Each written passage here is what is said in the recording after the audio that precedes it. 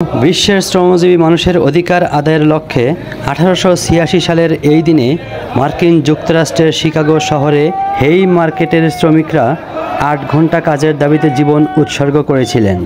ওই দিন তাদের আত্মদানের মধ্য দিয়ে শ্রমিক শ্রেণীর অধিকার প্রতিষ্ঠিত হয়েছিল।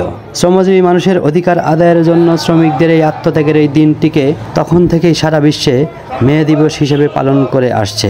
শ্রমজীবী মানুষের অধিকার প্রতিষ্ঠায় ইসলামী শ্রমনীতি বাস্তবায়ন অনিবার্য, এই স্লোগানকে সামনে রেখে বগুড়া জেলার ধুনট উপজেলার বাংলাদেশ শ্রমিক কল্যাণ ফেডারেশনের আয়োজনে 1 মে আন্তর্জাতিক শ্রমিক দিবস উপলক্ষে এক বর্ণাঢ্য র্যালি ও শ্রমিক সমাবেশের আয়োজন করা হয়।